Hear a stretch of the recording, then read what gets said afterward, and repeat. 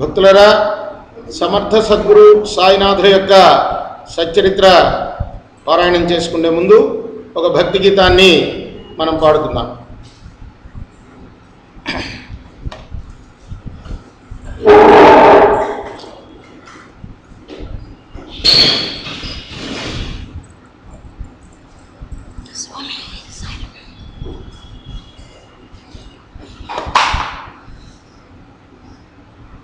వటపత్రసాయికి వరహాలలాలి, రాజీవనేత్రునికి రతనాలలాలి, మురిపాల కృష్ణునికి ముత్యాలలాలి, జగమేలు స్వామికి పగడాల లాలి. వటపత్రసాయికి వరహాలలాలి, రాజీవనేత్రునికి రతనాలలాలి. కళ్యాణ రామునికి కౌసల్యలాలి, కళ్యాణ రామునికి కౌసల్యలాలి, యదువంశ విభునికి యశోదలాలి, యదువంశ విభునికి యశోదలాలి, కరిరాజముకునికి గిరితనయలాలి, పరమాత్మ భవునికి పరమాత్మ లాలి. వటపత్రసాయికి వరహాలలాలి, రాజీవనేత్రునికి రతనాలలాలి. జో జో జో జో జో జో జో జో.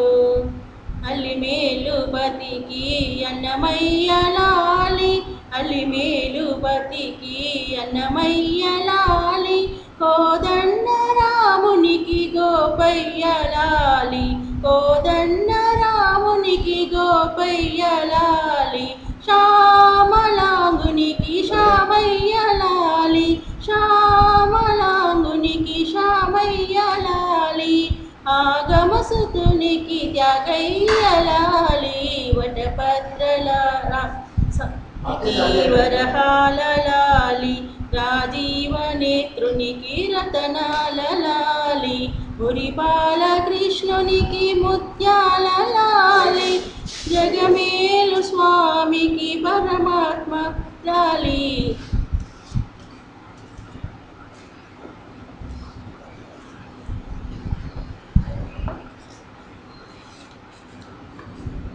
శ్రీ సాయిరామ్.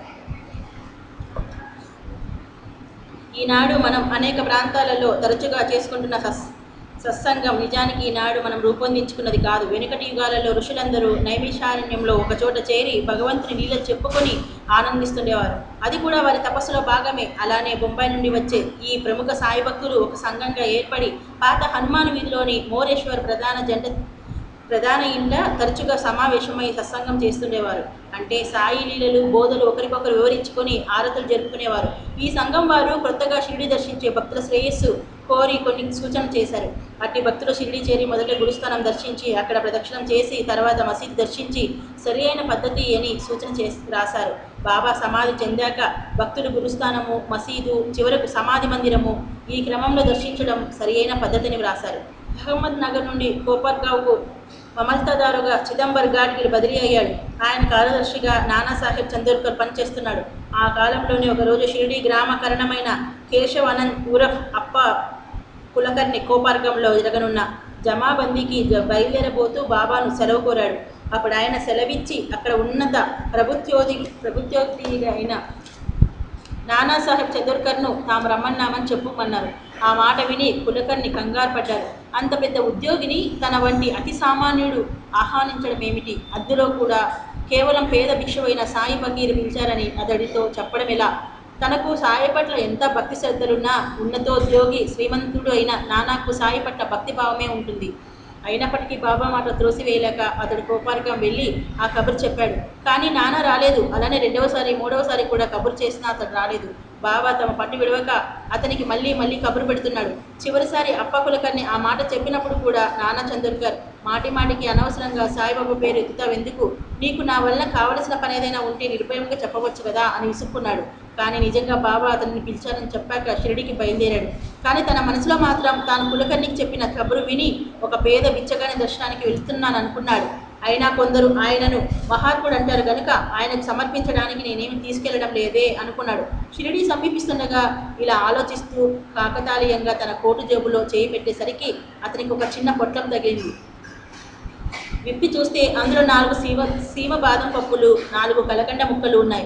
అతడు ఉత్సాహంగా బాబాను దర్శించి సాష్టాంగ నమస్కారం చేసి ఆ పొట్లాన్ని ఆయన ముందుంచాడు.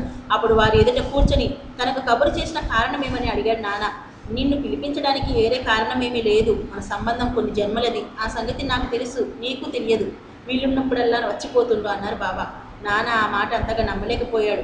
బాబా ఆ పొట్లం అతనికి ఇచ్చేసి అతనిని వెళ్ళి రమ్మన్నారు కానీ అతడు పట్టుబట్టిన మీదట ఒక బాదం పప్పు, ఒక కలకండ ముక్క మాత్రం తీసుకొని మిగిలిన అతనికి ఇచ్చి పంపారు.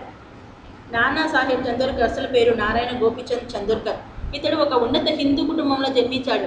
అతని తల్లిదండ్రులు ఇటు శిష్టాచారానికి, శాస్త్ర పాండిత్యానికి, మరొక వంక ఉన్నత ప్రభుత్వోద్యోగానికి పేరు మోసిన వారు. వారు శాస్త్రాలు చక్కగా అధ్యయనం చేసి వైశ్యదేవము, అతిథి సేవ శ్రద్ధతో చేసేవారు. కళ్యాణ్ పట్టణంలోని వారి ఇల్లు ఇప్పుడు అతిథులతో కలకలలాడుతుండేది. అతని తండ్రి ఠానేలో ఉన్నత ప్రభుత్వోద్యోగిగా రిటైర్ అయ్యి కళ్యాణ్లో చందోర్కర్ వాడగా ప్రఖ్యాతి పొందిన పెద్ద భవనం కట్టుకున్నాడు.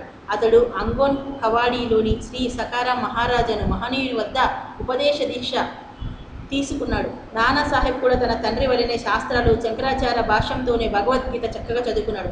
అందుకే అటు తర్వాత బీబీ దేవ్ వంటి సాయి భక్తులు అతని గురువుగా తలచేవారు. నారాయణ్ గోవింద్ చందోర్కర్ 1860లో మకర సంక్రాంతి నాడు జన్మించాడు. అతను కళ్యాణ్ మరియు బొంబాయిలలో చదువుకుని BA పాస్ అయ్యాడు. అతనికి సంస్కృతం అంటే ఎంతో ప్రీతి. తన చదువు పూర్తి కాగానే సంగమనే మమల్తాదార్ కోర్టులో కొంతకాలము, తర్వాత కోపర్గాంలోని పనిచేశాడు. 1892వ సంవత్సరంలో జిల్లా కలెక్టర్కు కార్యదర్శి అయ్యాడు. తర్వాత క్రమంగా ఉద్యోగంలో పై స్థాయికి వచ్చి 1894 సంవత్సరం నుండి 1901 వరకు అహ్మద్ నగర్ జిల్లా కలెక్టర్కు కార్యదర్శిగా పనిచేశాడు. అప్పటికే అనగా 1878లో నానాసాహెబ్ బోయి అను గొప్ప జమీందారు గారి కుమార్తె బయాజిద్ బాయిని వివాహమాడాడు. అతడు గోపాలగంలో పనిచేస్తుండగా అతను పసిబిడ్డ ప్రమాదంగా జబ్బుపడి చనిపోయాడు. కారణం ఆ ఊరిలో ఎటువంటి వైద్య వసతి ఉండేది కాదు.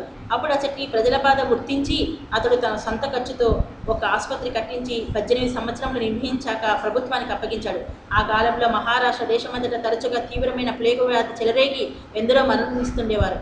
అందువలన ప్రజలను దాని నుండి రక్షించడానికి ఆంగ్ల ప్రభుత్వం ఒక విధమైన టీకాలు వంటివి ప్రజలకు చేయాలని నిర్ణయించుకున్నారు. కొత్తగా వచ్చిన ఆ పద్ధతిని చూసి ప్రజలు భయపడి ఆ టీకాలు వేయించుకునేవారు కాదు. ఆయా ప్రాంతాలలోని ప్రజలకు ధైర్యం కలగడానికి వారికి ఆదర్శప్రాయంగాను మొదట ప్రభుత్వోద్యోగులందరూ విధిగా చేయించుకోవాలని జిల్లా కలెక్టర్ అతను కోరాడు. అధికారుల ఒత్తిడికి తలవొగ్గి ఆ టీకాలు వేయించుకుంటే ఏం ప్రమాదం వాటిల్లుతుందో అని భయపడి ఆ విషయం నిర్ణయించుకోవడానికి 1 వారం వ్యవధి కోరి బాబా వద్దకు పరిగెత్తాడు చందోర్కర్. బాబా అందులో ఏముంది, చేయించుకో, నీకు ఎట్టి ప్రమాదం జరగదు అన్నారు. అతడు వెంటనే అహ్మద్ నగర్ చేరి టీకాలు వేయించుకున్నాడు. తర్వాత మిగిలిన ఉద్యోగులందరూ చేయించుకున్నారు. ఎవరికి ఎట్టి ఇబ్బంది కలగలేదు.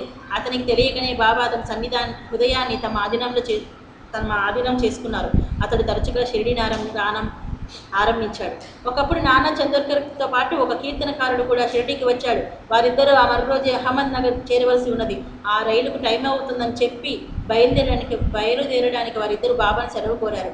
బాబా, ఏమీ తొందర లేదు, వీరిద్దరూ స్థిమితంగా భోంచేసి బయలుదేరండి అన్నారు. బాబా మాటల యందు పూర్తి విశ్వాసం గల నానాసాహెబ్ రైలుకు ఆలస్యం అవుతుందని భయపడక నెమ్మదిగా భోజనం చేసి బయలుదేరాడు.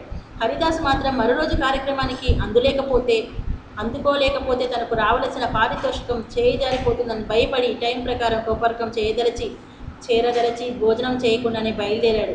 కానీ ఆ రోజు ఆ రైలు కొన్ని గంటల ఆలస్యంగా వచ్చింది. ఎంతో తాపీగా భోజనం చేసి బయలుదేరిన నానా కూడా కోపర్గాం స్టేషన్ చేరేసరికి హరిదాసు ఆకలితో బాధపడుతూ వేచి ఉన్నాడు. నానా చేరిన కొద్దిసేపటి కానీ రైలు రాలేదు. శ్రీ సాయికి అన్నీ తెలుసునని ఆ హరిదాసు గుర్తించాడు. అంతేకాదు, నానాకు ఆ ముందటి రోజు బాబా చెప్పిన ఒక మాట గుర్తుకు వచ్చింది. వారిద్దరూ షిరిడి చేరగానే ఆయన అన్నారు, ఈ హరిదాసు చూడవయ్యా, అతడు నీతో కలిసి వచ్చాడు కానీ తనకు అనుకూలమని తోచినప్పుడు నిన్ను విడిచిపెట్టి ఒక్కడే వెళ్ళిపోతాడు. ఎప్పుడూ నిన్నిలా మధ్యలో పెట్టిపోలేని స్నేహితులని చేర్చుకోవాలి.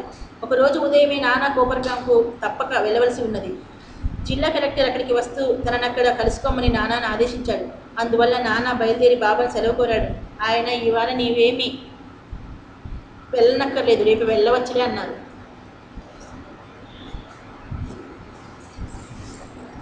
మిగతా భాగం రేపు చదువుకున్నాము. శ్రీ సాయి.